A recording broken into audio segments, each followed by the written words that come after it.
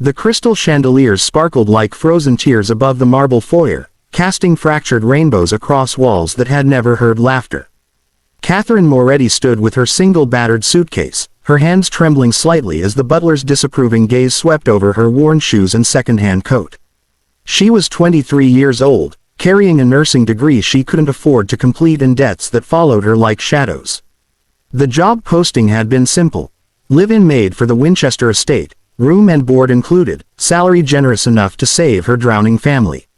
What it hadn't mentioned was the silence that hung over this mansion like a shroud, or the boy in the wheelchair who sat motionless by the window, staring at nothing. "The master will see you now," the butler intoned, and Catherine followed him through corridors that smelled of expensive emptiness and old grief.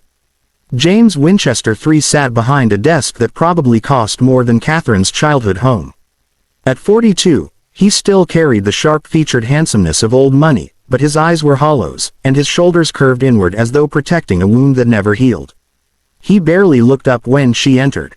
"You understand the position?" he asked, his voice flat. "General household duties. My son requires no special attention. We have nurses for that.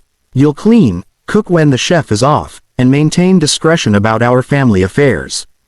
"Can you do that?" Catherine hesitated. In that pause, she heard something that made her stomach clench, a crash from somewhere above, followed by shouting, then nothing. James Winchester didn't even flinch. "Your son," she began carefully, the posting mentioned. "My son is not your concern." The words came out like a blade. "He has every medical professional money can buy. What he doesn't need is another person trying to fix what can't be fixed. Do we understand each other?" Catherine should have agreed. She needed this job desperately. Her mother's medical bills were crushing them. Her younger sister's college fund had been raided to pay for treatments that hadn't worked. This salary could save them all. But she'd spent 3 years in nursing school before the money ran out, and she'd learned to hear what people didn't say. In James Winchester's rigid control, she heard terror. In his dismissal of his son, she heard unbearable guilt. "I understand," she said quietly, which wasn't quite a lie. She met Ethan Winchester on her 3rd day. She'd been cleaning the library when she heard the soft whir of an electric wheelchair. He appeared in the doorway like a ghost, 12 years old, with his father's dark hair and his mother's gray eyes, which Catherine knew only from the portraits that lined the stairs. Margaret Winchester had died 4 years ago. Everyone in town knew the story, whispered it in grocery stores and coffee shops with that particular tone reserved for tragedies involving the wealthy. The accident had killed Margaret instantly. Ethan had survived, but the spinal injury left him paralyzed from the waist down. "That's what the doctors said. That's what everyone believed. You're new," Ethan said. His voice was soft, carefully neutral, the voice of someone who'd learned not to hope for anything. "I'm Catherine. Cat, if you prefer. They usually don't last long. The new people." He said it without accusation, just stating a fact. "My dad fires them, or they quit. Last one made it 6 weeks. Catherine sat down on the arm of a leather chair, making herself level with his gaze. Up close, she could see the tightness around his eyes, the way his hands gripped the wheelchair arms even when sitting still. "Why do they leave?" Ethan shrugged, a gesture that seemed to carry the weight of years. "Dad doesn't want anyone bothering me. The nurses aren't allowed to talk to me except about medical stuff. The tutors teach from a script. Everyone acts like I'm made of glass." He paused. "Or like I'm already gone." The words hit Catherine like a physical blow. She'd seen it in nursing school, patients who received every medical intervention but no human connection, who were treated as collections of symptoms rather than people. It was efficient. It was also a kind of death. "What do you want?" she asked. Ethan blinked, confused. "What? If you could have anything right now, what would it be?" He stared at her as though she'd spoken a foreign language. Then, slowly, something shifted in his face, a crack in the careful blankness. "I want to go outside," he whispered. "Really outside, not just the terrace. I want to feel grass. I want to go to the creek at the edge of the property. Before the accident, Mom used to take me there.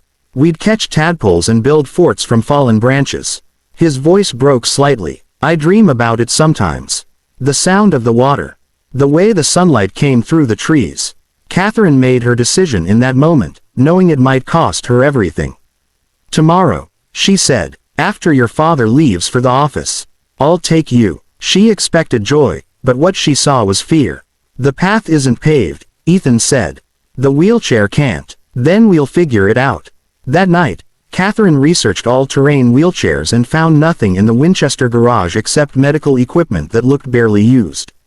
She discovered something else, though, while putting away laundry in Ethan's room.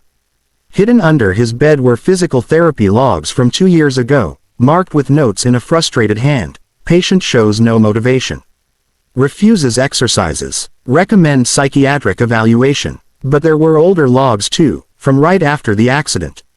Patient demonstrates strong will. Pain tolerance high, showing early signs of potential mobility recovery with intensive therapy.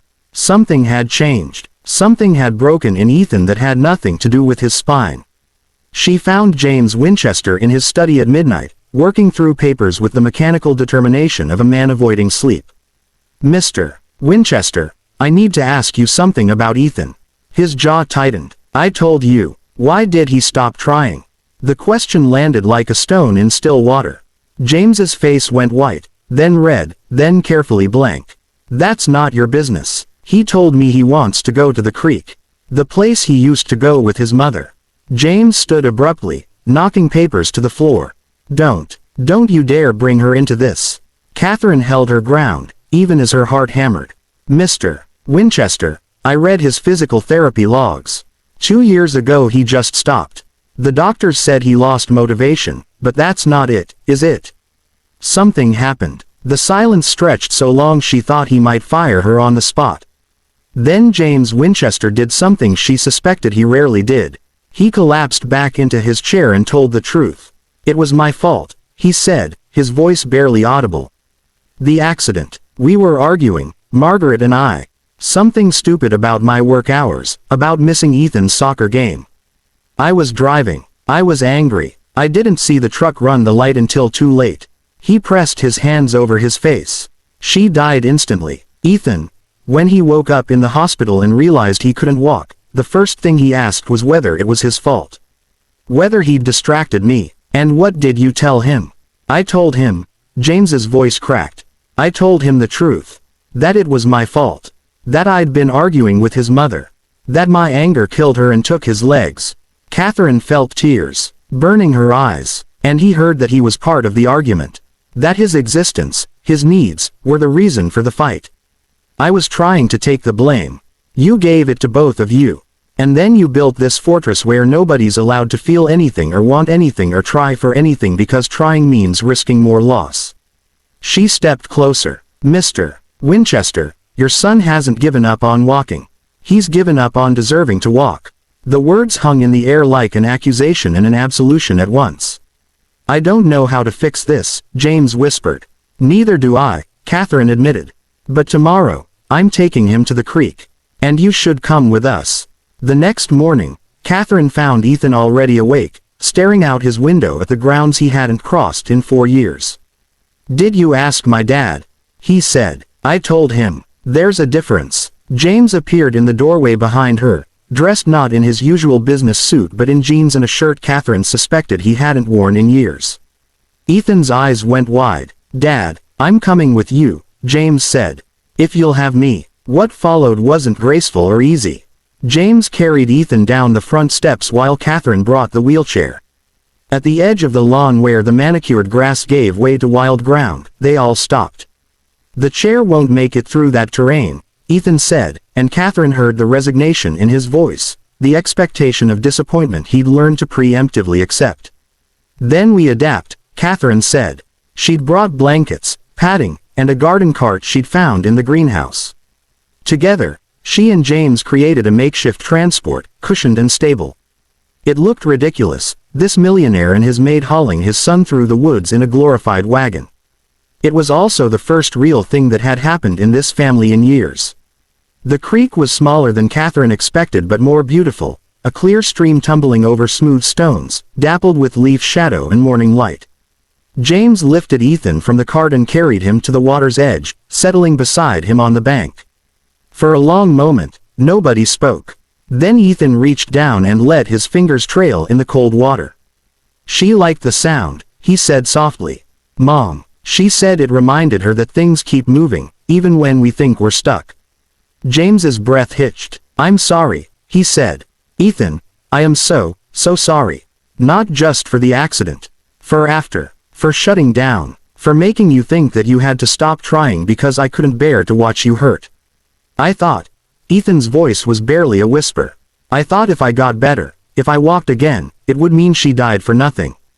Like I had to stay broken because she was gone.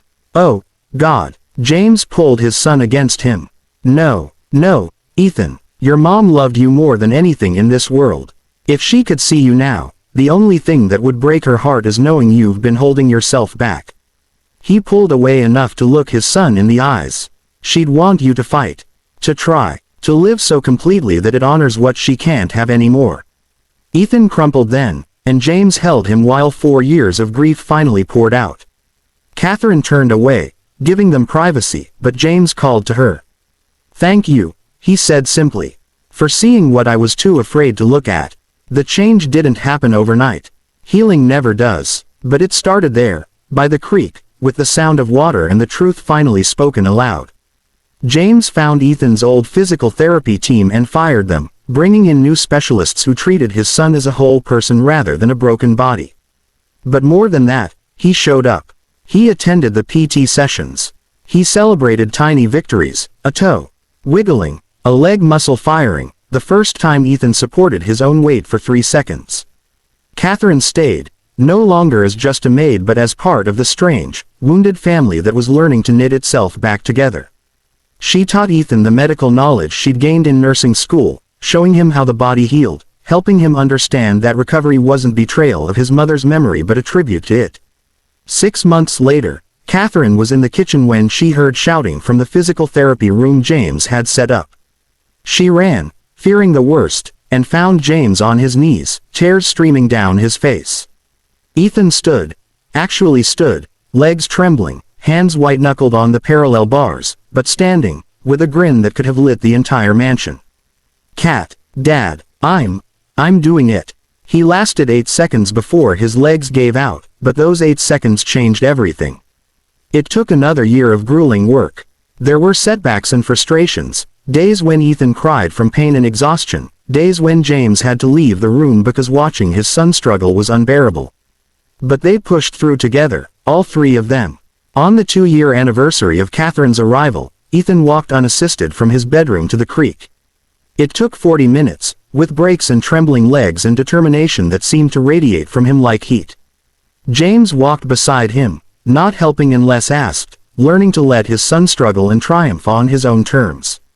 At the creek, Ethan stood in the water up to his ankles, feeling the current, alive in a way that had nothing to do with just his legs working.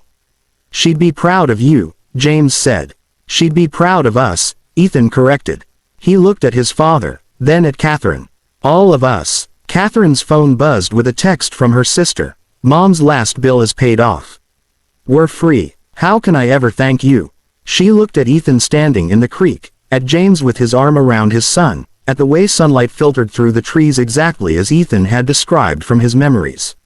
She thought about how she'd come here broken too, carrying her own grief and failure, and how healing others had somehow healed her as well. No thanks needed, she typed back. I'm exactly where I need to be. That evening, the 3 of them sat on the terrace as the sun set over grounds that no longer felt like a prison. James had loosened his tie. Ethan sat in his wheelchair not because he had to but because walking still tired him, and Catherine had kicked off her shoes, no longer trying to maintain the formal distance between employer and employee. What do you think would have happened, Ethan asked quietly, if Kat hadn't come? James considered the question seriously. I think we would have stayed frozen. I would have kept trying to protect you from pain by preventing you from feeling anything at all. You would have stayed locked in guilt that was never yours to carry. We would have lived in this beautiful house and died inside it, bit by bit, without ever really being alive. That's dark, Dad. That's honest. James looked at Catherine. Sometimes the people who save us aren't the ones we expect. Sometimes they're stubborn young women who refuse to accept that broken is the same as finished. Catherine felt her face flush. I just asked what he wanted. Everyone else was so busy deciding what he needed. That's not a just, James said. That's everything. 3 years later, Catherine stood in the same foyer where she'd arrived with one battered suitcase. Now she had a completed nursing degree, paid for by James's scholarship in Margaret Winchester's name. Ethan stood beside her without assistance, preparing for his first day at the local high school, nervous and excited in equal measure. James had restructured his entire company to spend more time at home, and the mansion that once echoed with silence now rang with music and laughter and the messy sounds of life being lived. You don't have to go, Ethan said, though they'd had this conversation a dozen times. Your family now. I know, Catherine said. But there are other families out there, frozen in their own grief. Other people who need someone to ask them what they want instead of telling them what they can't have. She'd been accepted to a graduate program in rehabilitative therapy, with plans to specialize in treating patients whose physical conditions were tangled up with trauma and loss. The Winchesters had shown her that medicine without compassion was just mechanics, and that sometimes the most powerful intervention was simply seeing people as human. Promise you'll visit, James said, and hugged her with the unself-conscious warmth of someone who'd learned that letting people in was stronger than keeping them out. Every month, Catherine promised. And you have to promise me something. Anything. Keep living. Keep trying. Keep believing that stuck isn't the same as finished. As she drove away from the Winchester estate, Catherine glanced in her rearview mirror. Ethan and James stood on the front steps, waving, backlit by the warm light spilling from the house. They looked like what they were. Survivors, healers, a family that had learned the hard way that love meant witnessing each other's pain and celebrating each other's victories with equal intensity. The story spread through the community, as stories do. The millionaire's son who learned to walk again. But those who heard it secondhand missed the truth at its center. Ethan hadn't been unable to walk because of his injury. He'd been unable to try because he'd learned that trying meant risking loss, disappointment, and more grief than he could bear. Catherine hadn't healed his legs.